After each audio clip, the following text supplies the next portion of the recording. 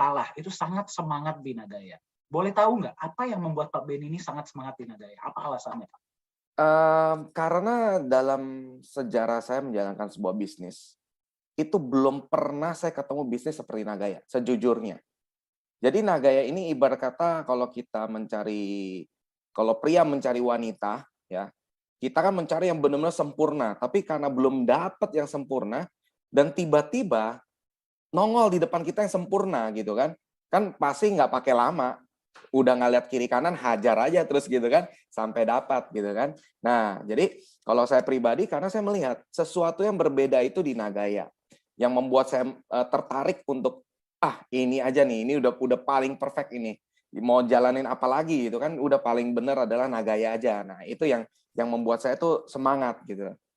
Oke, berarti ini juga untuk wanita kalau mencari pria yang perfect ya inilah Nagaya ya istilahnya ya. Oke, Pak Benny, boleh boleh diceritakan nggak singkat Mm-mm, saja apa mm-mm. dari Nagaya ya, apa aspek-aspeknya yang membuat Pak Benny ini sangat wow gitu loh, dia ini perfect. Secara Oke, singkat.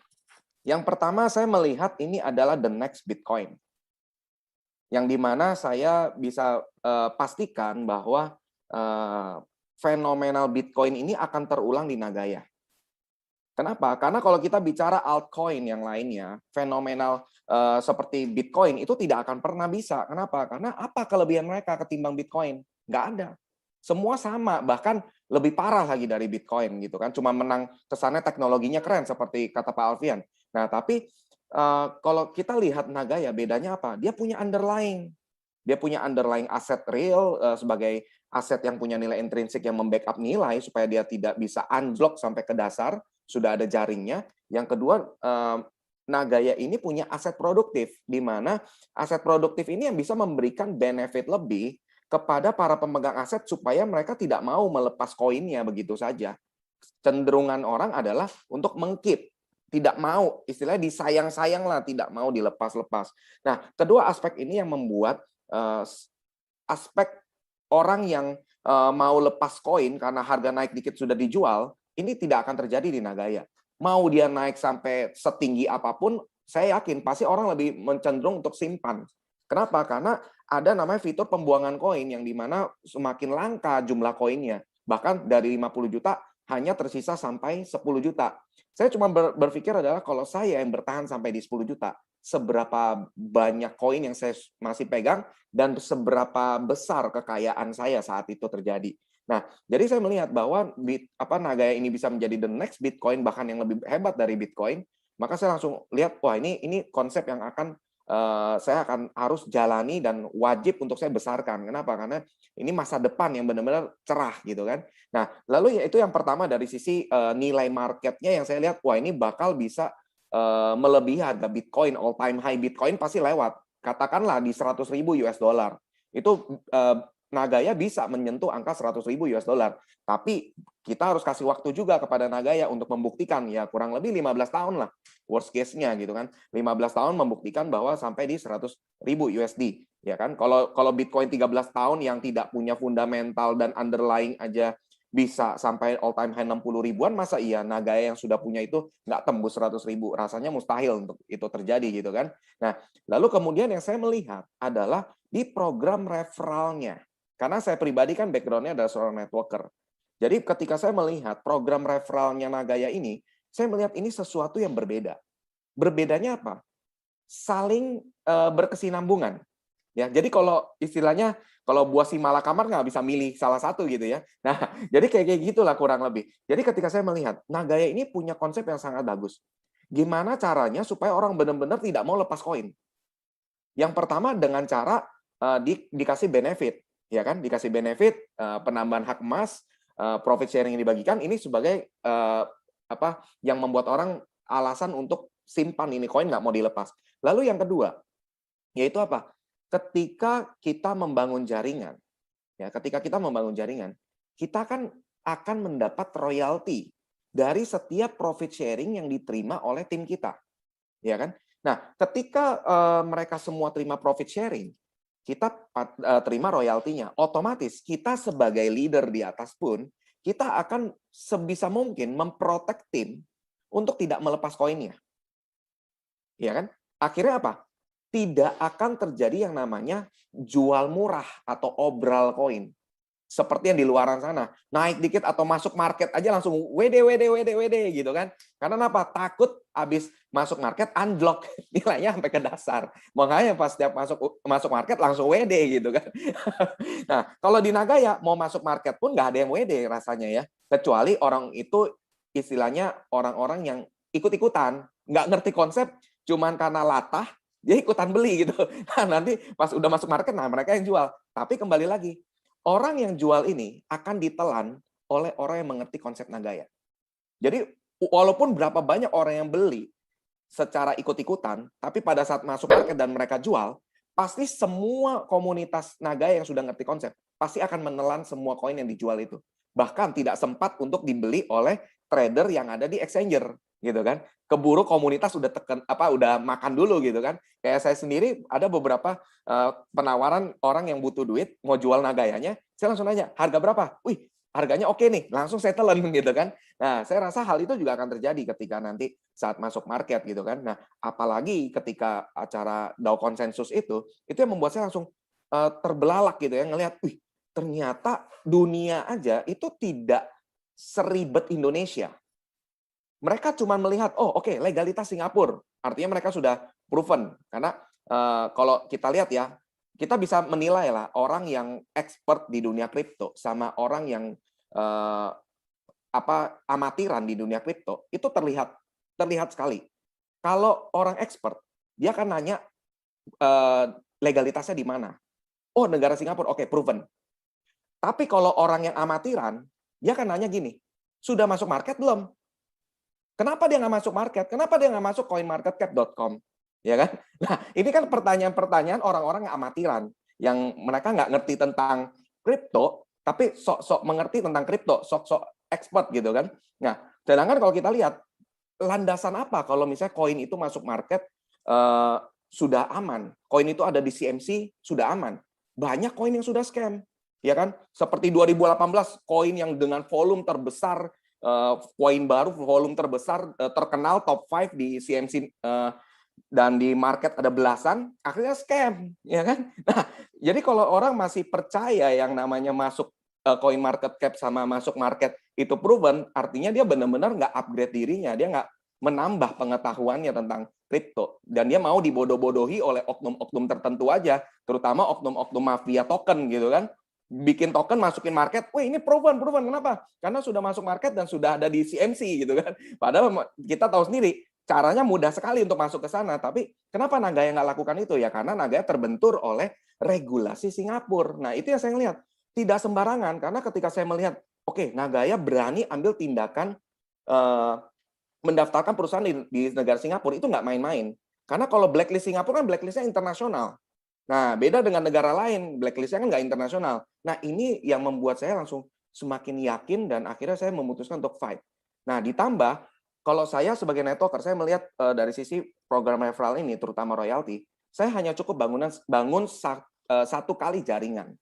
Habis itu saya benar-benar time freedom, money freedom. Kenapa? Karena profit sharing itu tidak bergantung pada omset. Koin sudah terjual habis, profit sharing tetap dapat. Kenapa? Karena proyek jalan terus. Beda dengan saya dulu membangun bisnis-bisnis jaringan harus mengandalkan repeat order produk, ya kan, mengandalkan omset tahunan. Nah, ini kan yang membuat akhirnya ujung-ujungnya aktif income bukan passive income. Tapi ketika saya melihat di Nagaya, wah ini benar-benar real passive income dari proyek-proyek yang dijalankan. Apalagi semakin banyak koin yang terjual, proyek makin nambah. Profit sharing dibaginya makin besar gitu kan. Nah, jadi kurang lebih seperti itu Pak Dani, singkatnya. Mantap ya, berarti beberapa poin-poin, legalitas, backup, sistem referralnya, ya. Dan saya sangat suka yang tadi Pak Benny bilang ya, orang yang nanya market dan coin market cap sebelum tanya tentang koin itu biasanya mereka nggak terlalu paham, karena mereka nggak tahu CMC dan market itu tuh masuknya sebenarnya segampang apa sih. Justru yang bisa mendapatkan legalitas negara Singapura itu yang ribet, ya kan? Betul. Pak Benny, boleh tahu nggak secara singkat aja Pak, impiannya bersama Nagaya bagaimana Pak ke depannya? Impian saya bersama Nagaya, saya target pribadi ya, saya mentargetkan diri saya harus punya 1 juta koin. Supaya terburuknya saya punya 100.000 koin. Nah, dengan 100.000 koin itu saya bisa melakukan apapun di seluruh dunia ini. Kenapa? Karena saya cuma berasumsi kalau dia naik ke $100 aja, saya sudah bisa melakukan apapun. Apalagi kalau naiknya ke 100.000 US dollar. Wah, Wah, itu sudah jadi bahkan sultan bisa Pak Benny ya. bisa jadi sultan dan bisa beli pulau gitu kan. Besok pembicaraannya udah nggak mau beli barangan, tapi mau beli pulau di mana ya Pak ya? Nah, itu. Oke, Pak Benny, hari ini kan kita mau kenaikan harga nih, mungkin dalam waktu beberapa jam ya. Ya. Ada beberapa dari kita yang masih berpikir belum top up, bahkan mungkin ada yang mikir, wah saya mau top up dong. Apa pesan Pak Benny untuk mereka bisa top up hari ini, agar mereka cepat top up hari ini? Oke, jadi kalau biasa saya kalau misalnya bawa edukasi, saya sering mengatakan hal ini. Semua orang ingin sukses, betul kan? Dari sisi keuangan, semua orang ingin sukses. Tapi mereka tidak tahu cara sukses itu seperti apa. Yang mereka pikir adalah kalau punya banyak uang adalah sukses. Salah. Sukses itu berdasarkan dari langkah keputusan kita. Yaitu apa? Saya selalu bilang ini, kesuksesan bukan untuk orang yang bisa lihat peluang. Karena semua orang bisa lihat peluang. Tapi kesuksesan hanya untuk orang yang berani meraih peluang yang dia lihat dan mengerjakannya hingga tercapai. Nah, artinya ketika kita melihat bahwa, wih, peluang Nagaya ini bagus, konsep Nagaya ini bagus, tapi kalau kita nggak action, nggak ambil tindakan, hasilnya nol. Tapi kalau Anda bisa berani ambil tindakan, melangkah aja, karena kesuksesan itu cuma satu langkah di depan Anda. Ketika Anda berani melangkah, itu Anda sudah awal dari kesuksesan kehidupan Anda. Nah, tapi ketika Anda berpikir-pikir, mendengar kanan kiri, percayalah, banyak orang yang cemburu. Banyak orang yang nggak suka Anda sukses. Tapi kalau Anda percaya terhadap intuisi hati Anda, insting ya, melihat bahwa Nagaya ini bagus, segera ambil keputusan, mumpung harga masih lama nih. Nah, kenapa? Karena hitungan 3 jam lagi, setiap orang yang beli di harga sekarang langsung untung 8,7%. Pertanyaannya, bisnis apa yang bisa kasih kayak begitu? Langsung untung 8,7%. Nggak percaya, hitung aja.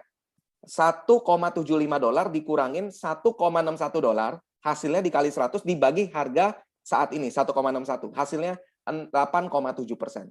Nah, pertanyaannya di mana lagi bisa dapat keuntungan sebesar itu? Nah, tapi jangan langsung dijual Bapak Ibu, sayang. Tunggu harga $100 baru dijual. Itulah baru konsep holder.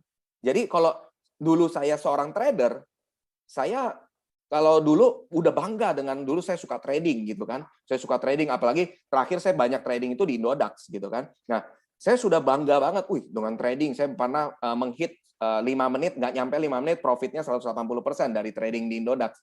Tapi ketika saya melihat, loh kok keuntungan seorang trader kalah dengan keuntungan seorang holder, ya kan? Nah dari situ saya langsung mengupgrade diri saya, naik level.